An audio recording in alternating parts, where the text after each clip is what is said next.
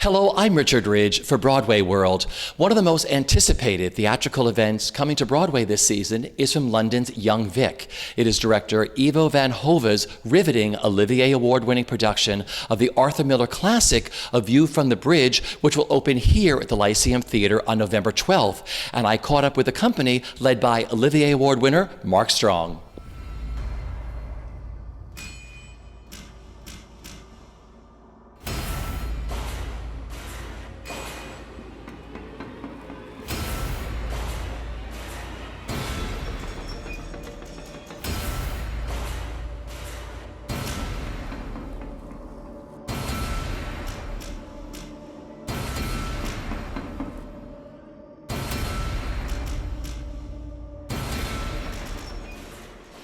What attracted you to this play to want to direct this beautiful production? First of all, that it deals with a theme that not only in Europe, also in America, I think is a very important theme that will not go away for the next years, perhaps decades.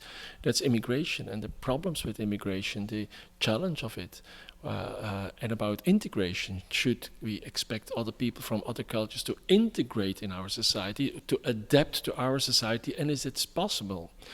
It deals with that issue, you could say. But Arthur Miller would not be Arthur Miller if he doesn't deal with this issue, which is an important issue for society, in making it into a combination, as always, with a very individual story about a very particular family dealing with very particular issues that they are not always aware of. And with Arthur Miller, there's always sexual issues. Also in this case, Eddie Carbone has a desire, which I believe he's not aware of, not conscious of, but a desire, a kind of perhaps sexual desire, which never becomes explicit, but for his niece, a young girl, 17 years old. And that's the beautiful, fantastic, explosive combination, that Arthur Miller gives us, that is a very particular family has to deal with a very particular family issue, but in a broader context. Yeah. When you approach a project, do you do it the same way? Do you strip it back to the text, or does it work piece to piece when you're working on a project? Well, but actually, when we work on a project with my team, we basically deal with the text. We start with the text because that's the material. That's what has to inspire us, and also the actors, and also the technicians, and also everybody afterwards. So yeah, we try to understand what is this text about, what does it want to tell us today. So that's for me important. I think it makes no sense to copy the production that has been before. It makes no sense to deal with the production of Hamlet that was before. You have to deal with the text as if it was written today, and what it means today for audiences today. And that's the way that I work on texts. How did this whole project come about for you to be a part of A View from the Bridge? How did this project come about for me? It's just a call from my agent that just said, would you be up for doing the Broadway run of A View from the Bridge? I was like, hell yeah, of course. The other actor was unavailable. He was optioned on a TV show, so they came to me, and that was it. I went and met the people at Young Vic. Young Vic are the people who originally did the production of View from the Bridge in London. I went and met with their casting and put something on tape. Then I got flown to Amsterdam, met Ivo, the director, and then that was it. And then I got told to learn all my lines before getting here.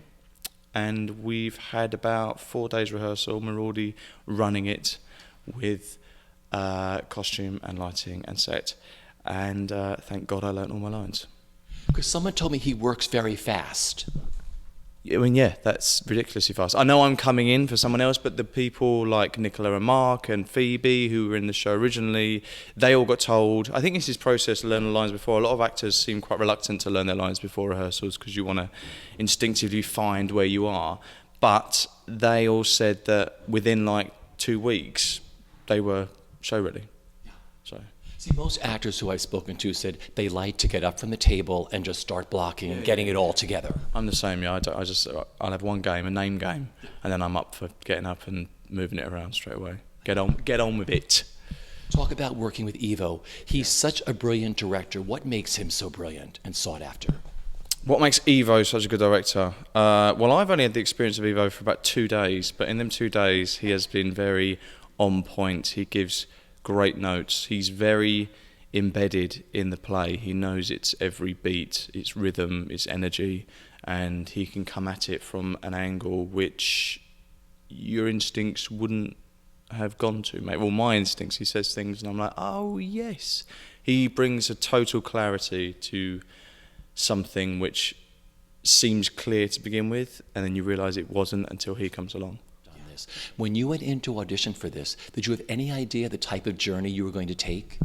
I had no idea. He didn't say anything in our auditions. He was very, very quiet. I sort of knew that he had a reputation for stripping things down, and I knew it wouldn't be a traditional production, but I had a costume fitting the day before we started rehearsals, and I was originally wearing a wedding dress at the end, and the costume assistant said, so this is the wedding dress you'll be wearing when it rains blood. I was like, excuse me? It's going to rain blood? What are you talking about? But it's just beautiful what he's done. I love the minimalism of it. It's fantastic. So talk about his whole look of the show. And did he talk you all through it first? Did it just organically come about in the rehearsal room early on? Most of it was decided before. I mean, he works very closely with his designer, Jan. So first day we were told, it's a black box. There is nothing. There's no props. There's no set. Everyone's terrified, like, where am I going to hide? But other things developed. We eventually took off all our shoes. That was not something that we were doing initially. Things like that came out of the rehearsal process. But yes, I mean, his idea to strip all the stuff away, which you're used to seeing in a classic production of View from the Bridge, is the tenement house, and it's got all the doilies and the china, and stripping it all away it intensifies it. It's such a beautiful text. It's all there, so I'm sure it's beautiful. The text is amazing, and that's one of the things I've really learnt. When I first read the play, I was like, yeah, it's great. And then you start working on it, and it starts opening up, and you realise it's absolutely incredible, and every word and every structure of the sentence is specific, and it's there for a reason. And the beauty of his writing is, no matter how long you do it, you keep finding things. I mean, I'm a true Arthur Miller convert now. The amazing thing about coming straight into the Lyceum is that you feel at home very, very quickly. This set sits in this beautiful theatre so well, and the thing I noticed straight away was how it's a very gentle push back to that back wall, so you don't feel like you're going to be shouting at everybody. The acoustics are phenomenal, and it's a really welcoming space. Had you worked with Ivo before? No, I had never worked with Ivo. And when I got the audition, I looked online. The great thing about this modern age, you can look at everyone online. And I looked online, and for about a week, I was looking at lots of footage of work he'd done previously, and I fell in love with him online from those clips, and made myself so nervous by the time I got to the audition. Might have been better to not look, but yes, no, I'd never worked with him before. No. So what was your audition like for Ivo? It was very quick. Has anyone else spoken to you about the audition process? It was very quick because Ivo back home doesn't audition that often because his company is an ongoing company. So he doesn't really like auditioning, which was clear at the audition. I walked in and I said the most ridiculous thing straight away. He said, "Do you know the play?" And I said, "Yeah, I studied it for O-level and it really destroyed it for me." And he just said, "Oh, so you're really looking forward to this audition?" And I thought, in the first 10 seconds, I've blown this. But actually what happened is I then got invited to come and have a cup of tea with him.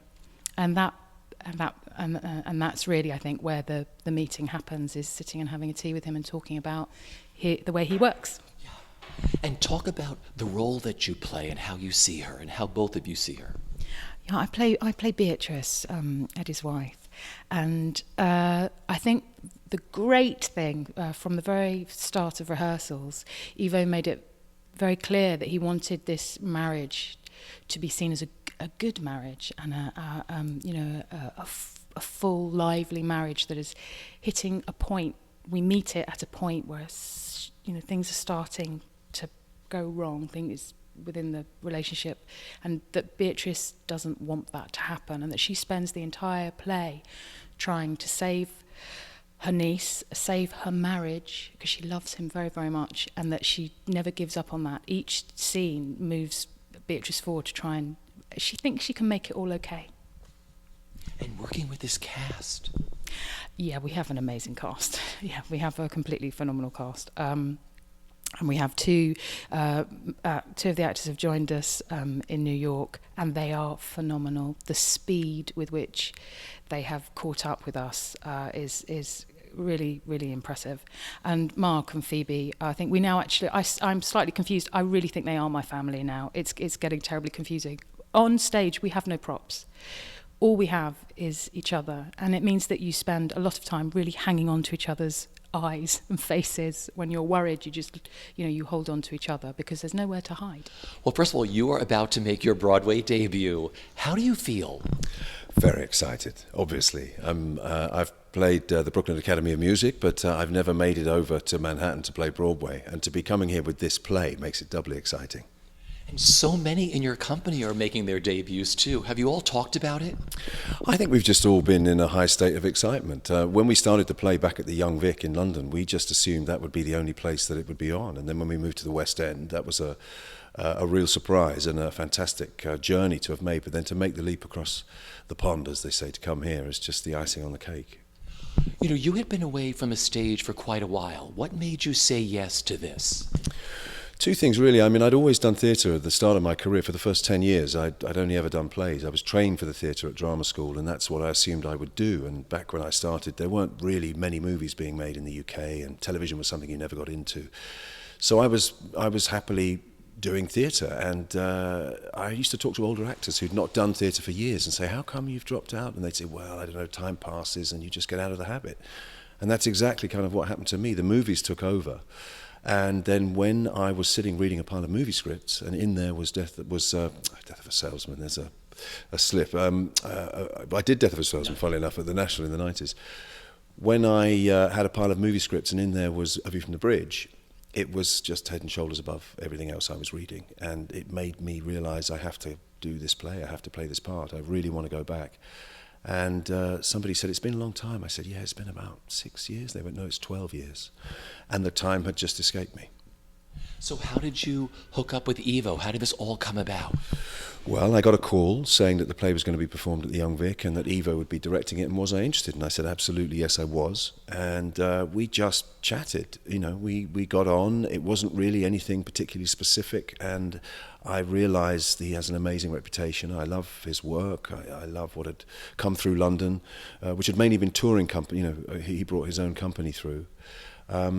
And he just had such an amazing reputation. And when he told me that his plans were really to rescue it from being drowned under the weight of its tradition, I just found that very intriguing.